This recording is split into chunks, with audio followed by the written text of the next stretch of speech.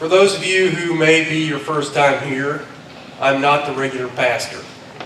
Our regular pastor, yeah, most people here are thankful for that. Our regular pastor seems to have come down with the flu. For those of you who've been here before, I tried to get somebody to help me fill in. I called Gene McCoy, I called Cousin Richie, I called El Perfecto, and I called the Prayer Warrior, and all of them have the flu too. I don't know what the odds of that are, but I promise Gene is not hiding under here or anything like that. They all were actually sick. So I've always had this deal where I've always told Jason, I take a very short time to prepare, so if you ever need somebody to fill in short notice, you can feel free to call me. And so yesterday, it was probably noon, and me and my family were in Mexico, and Jason called me. And he said, "What are you doing?" And I said, "Oh, I'm not much. What are you doing?" He said, "Well, I'm sick. And I'm not sure I'm going to be able to be there tomorrow, so you might want to start coming up with a message just in case." He said, "Maybe it's just a 12-hour thing and I'll be okay, but I can't guarantee it." So we went home and we had some family in from out of town. We sat around and visited, and I don't know, probably about 5:30, I thought, I better start putting a little something together. And so I sat down and started writing some stuff down, and my phone started ringing, and it was Jason. I said, "Yes, I'm saved." I said, "Hello?" "Oh, Jason, I'm out."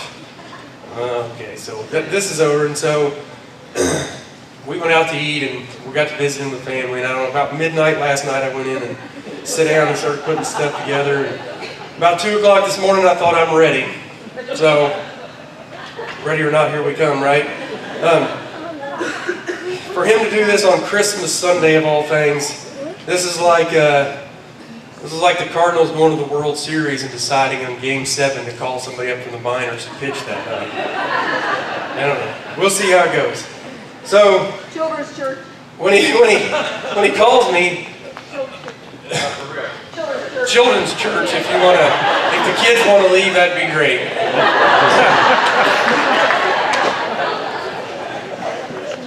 Anyway, so as Jason calls me and I'm talking to him, Desiree's sitting beside me, and this happened one other time. The very first time Jason ever asked me to speak at church, I was on the phone with him, and I was talking to him, and Desiree and the kids was in the car, and he asked me to fill in on that Sunday, and I thought he was talking about a Wednesday night at youth group, and I said, "Sure, I'll do that."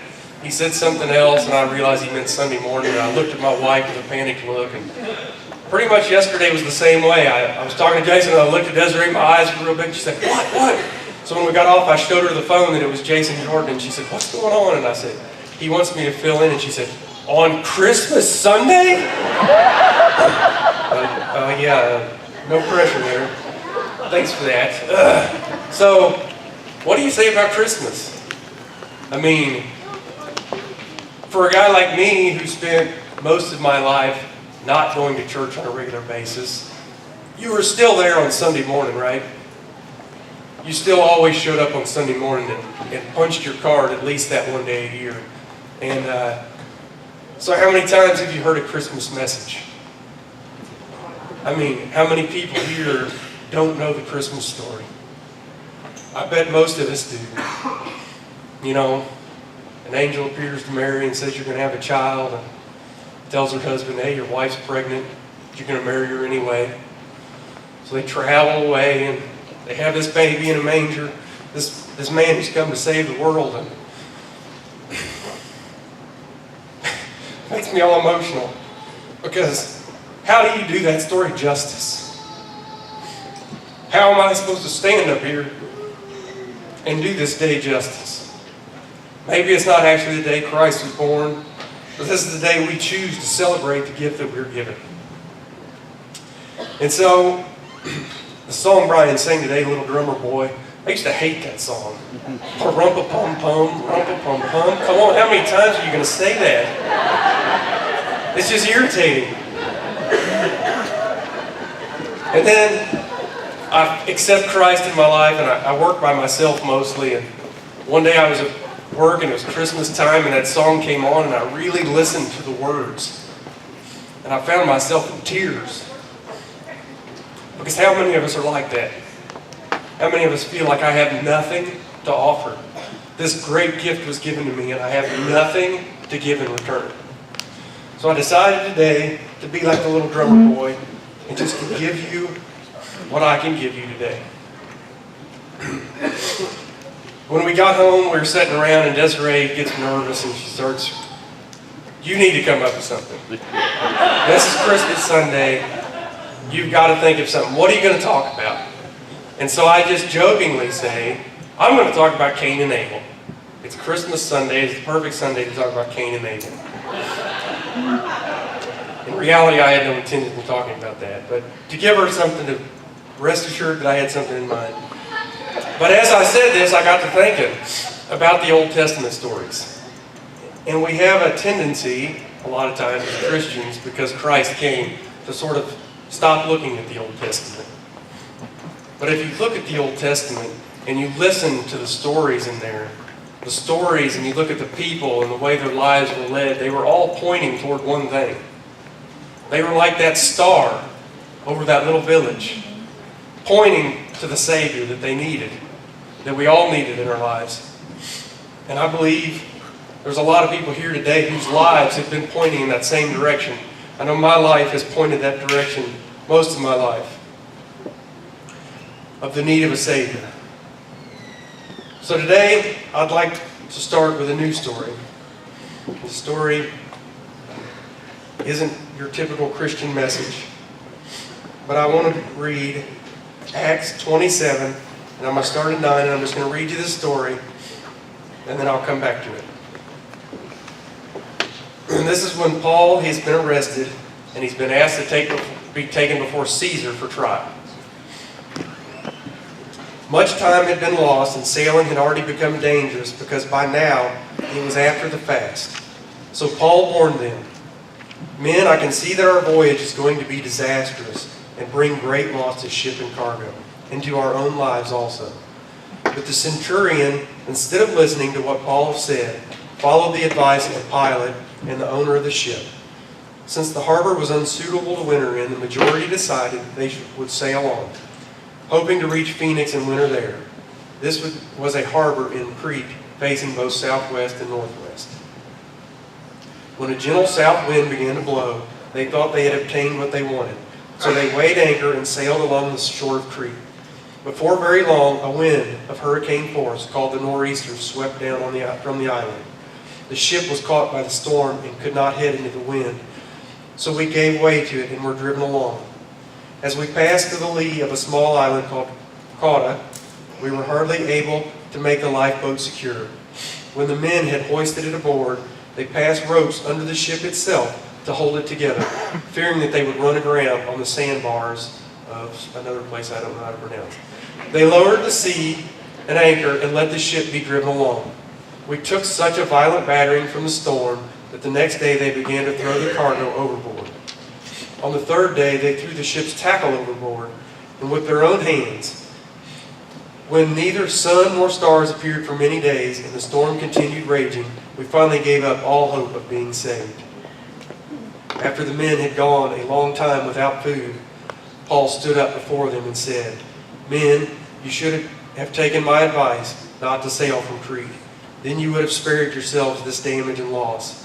But now I urge you to keep up your courage, because not one of you will be lost. Only the ship will be destroyed."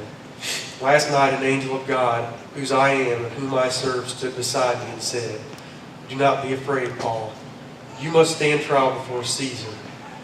And God has graciously given you the lives of all who sail with you. So keep up your courage, men, for I have faith in God that it will happen. Just as he told me, nevertheless we must run aground on some island." On the 14th night, we were still being driven across the Adriatic Sea, when about midnight the sailors sensed they were approaching land. They took soundings and found that the water was 120 feet deep. A short time later they took soundings again and found it was 90 feet deep. Fearing that they would be dashed against the rocks, they dropped 4 anchors from the stern and prayed for daylight in an attempt to escape from the ship. The sailors let the lifeboat down into the sea, pretending they were going to lower some anchors from the bow. Then Paul said to the centurion and the soldiers, "Unless these men stay with the ship, you cannot be saved." So the soldiers cut the ropes that held the lifeboat and let it fall away. Just before dawn, Paul urged them all to eat. "For the last 14 days, he said, you have been in constant suspense and have gone without food. You haven't eaten anything. Now I urge you to take some food. You need it to survive. Not one of you will lose a single hair from his head." After he said this, he took some bread and gave thanks to God in front of them all. Then he broke it and began to eat. They were all encouraged and ate some food themselves. Altogether there were 276 of us on board. When they had eaten as much as they wanted, they lightened the ship by throwing the grain into the sea. When daylight came, they did not recognize the land, but they saw a bay with a sandy beach where they decided to run the ship aground if they could. Cutting loose the anchors, they left them in the sea and at the same time untied the ropes that held the rudders. Then they hoisted the foresail to the wind and made for the beach. But the ship struck a sandbar and ran aground. The bow stuck fast and would not move. And the stern was broken to pieces by the pounding of the surf. The soldiers planned to kill the prisoners to prevent any of them from swimming away and escaping. But the centurion wanted to spare Paul's life and kept them from carrying out their plan. He ordered those who could swim to jump overboard first and to get to land. The rest were to get there on planks or on pieces of the ship. In this way, everyone would reach land in safety. This morning, I'd like us to look at this story as our lives. We've all set out on a journey. Where our journey is going to lead us, we're not sure. But we've all set out, and God has a purpose for our life. Just like He had a purpose for Paul. He had a purpose in which Paul was supposed to fulfill. He has that same purpose for us in our lives. Paul had faith when God told him nothing was going to happen to him. And that's the same faith we should have. God has promised each of us that we will escape this world with our lives. If we trust in God, if we accept Christ, we have that same promise that we won't be harmed, that we will have an eternal life. And so as we look at this story, if we think of this as our life, you can see that there's a storm on the horizon. You can see that something's coming. Something that's going to shake our ship. Something that's going to rattle us. So I want to start kind of breaking this story down, and I want you to notice that these guys, even after, and it sounds weird, but from the beginning you can kind of see that Paul is the captive here, but everybody sort of trusts him.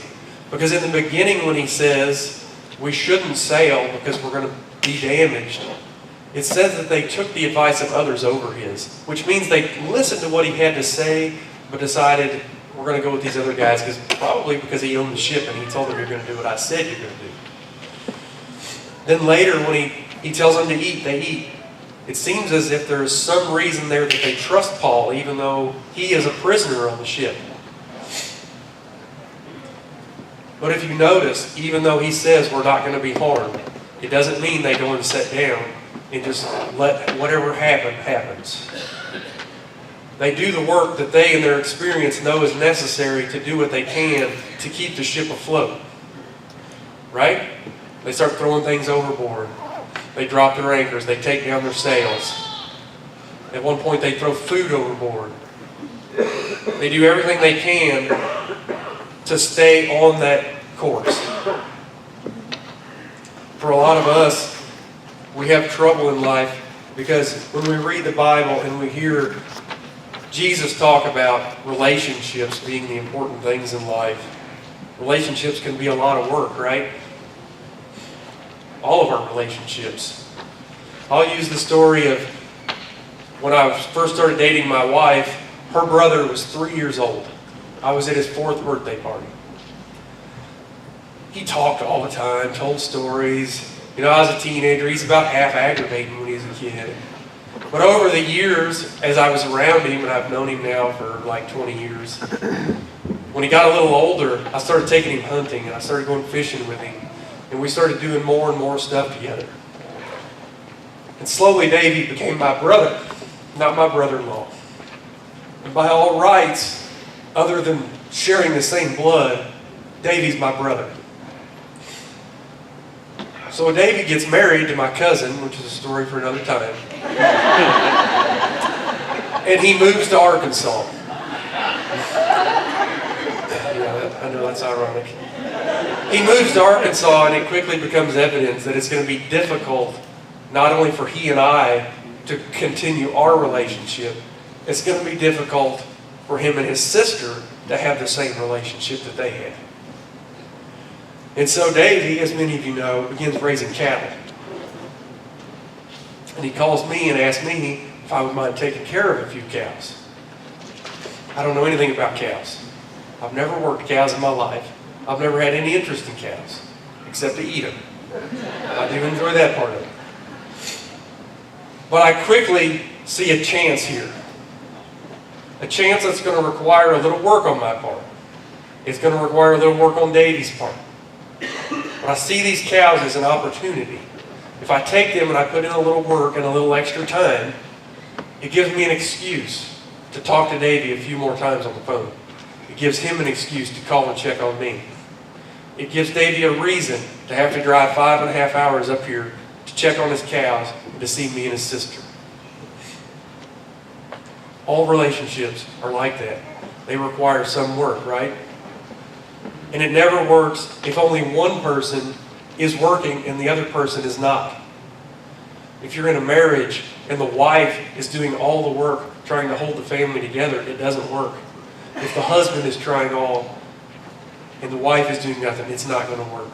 It takes an effort on both sides. It's the same for parents and kids. If your kids don't want to please you, it makes it much more difficult. If you don't love your kids enough, it's going to make that more difficult. And our relationship with God is much the same way. I can't tell you how many people that I've talked to in the last few months who have told me they just don't feel God. There's something there between them that they can't feel Him, that they can't see Him, that they feel like they're praying and it's just going into this abyss and nothing's coming of it, and they get down and they get depressed and they just turn away from that. Sometimes it's hard to hear God speak to you. But you hear it all the time. We just choose a lot of times to ignore His voice. You hear it in people you meet every day. You see it in the kindness of smile of a stranger. People see it through you. You hear it through the messages you hear up here. The biggest time God ever really shouted to us was that day when He sent His Son here. And He said, "Look, I love you enough that I'm reaching out to you. I'm sending you my only Son." He's doing the work. The question is, are we? Are we holding up our end of that? Because those storms of life are coming. We're going to be battered by storms. But when it comes, are we still reaching out to God? Are we praying? Are we reading the Bible? Are we turning to people that we know we can trust that'll help us point us back in that direction? It's a relationship like any other that requires work.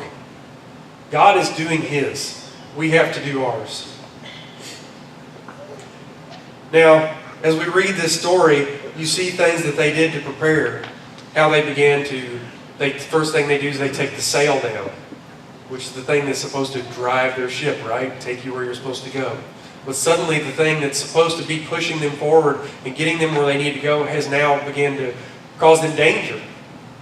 And so they take it down. They drop anchors. They start throwing stuff overboard to lighten the load to keep themselves from going down. They're doing the work that it takes. My question for you today is, what are those things in your life?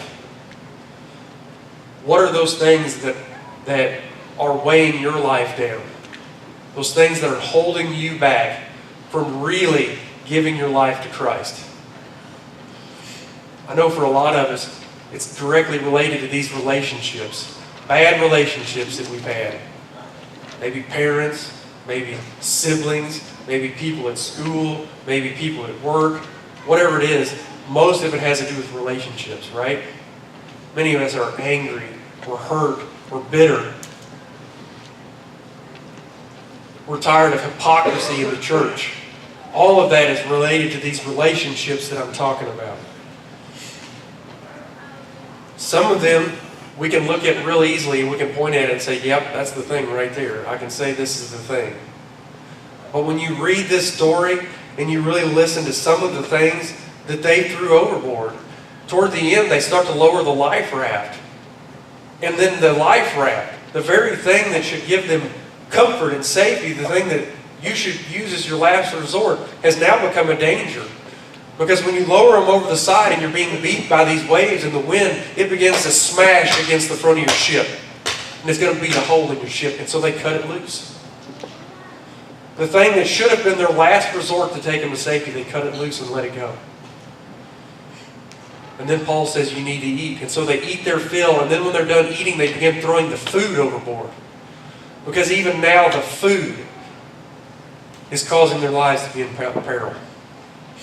For some of us, in our lives, we have something that seems important, something that it seems to us that in our life we cannot live without it. We're holding on to something and we're saying, I cannot live without this thing. When in reality, it may be the very thing that's driving a wedge between us and God. Maybe not because that thing in itself is a bad thing. But maybe because we've put it in a place where it doesn't belong. We've put it in a place above God. But we've just got it out of balance.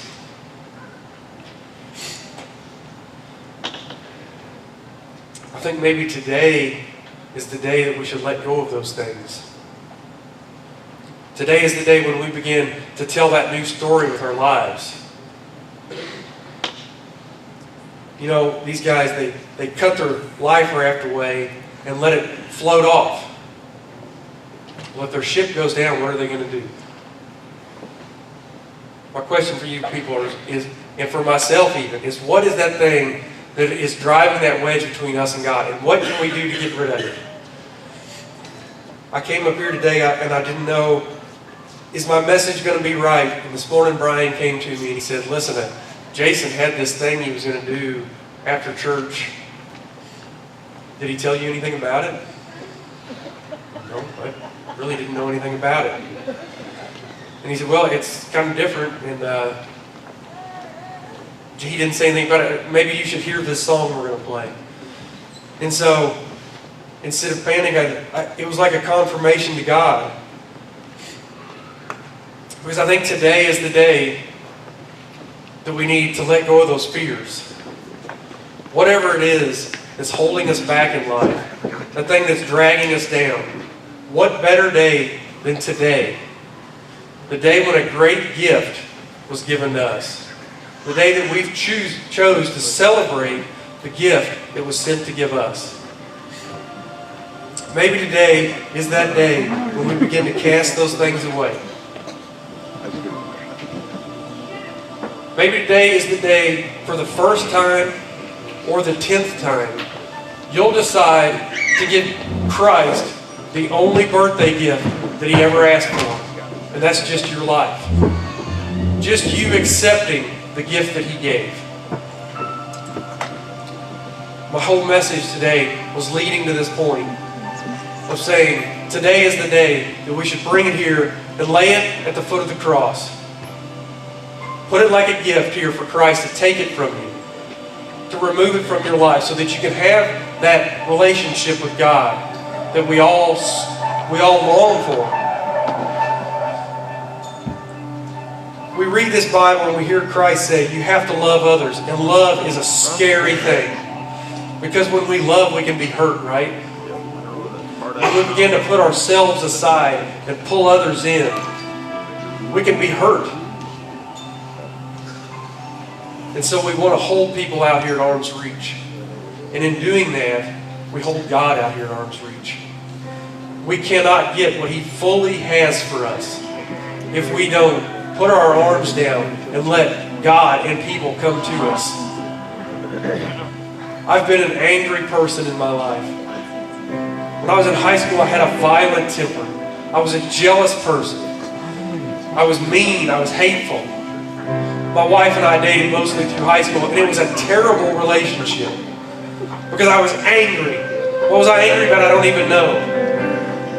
but I had a rage inside of me. I changed my life. I began to change my life because of her. Because she made me a better person. And so when I got back with her, it changed me. But when I accepted Christ, my life really began to change. And when I began doing stuff like this, and I really started looking at people, and it's when I began helping with the youth group, that I learned to love people. And sure, can it hurt you? It can. But nothing in my life has ever made me feel more whole and more complete than doing stuff like this. Last night when I started preparing this, I felt completely unequal to this task. Christmas, how can I do that justice? I've sat here many times since I accepted Christ and listened to Jason preach a message on Christmas and Easter, and I thought, how do you do that? How do you give those days that we give all this reverence the glory that they deserve? I can't do that. But God can do that. And I know there's people out here right now that God's speaking to your heart. And He's saying, I want you today to lay all that aside. When I was out here this morning getting ready for Sunday school, Brian came out to me and he talked about playing this song. Jason, tell you anything about it? I said, no. And he said, well, this song is meant for an altar call. This song is meant for people to give their lives to Christ. Jason didn't tell me anything about it, but the very message that I prepared last night was me saying, today is the day that if you have never done it before, or if you've done it 10 times and there's still something coming between you, today is the day to come up and give your life to Christ. Today is the day to say, this is going to be a memory stone in my life. Today is that day. The question is, will you seize that opportunity and start to change your life?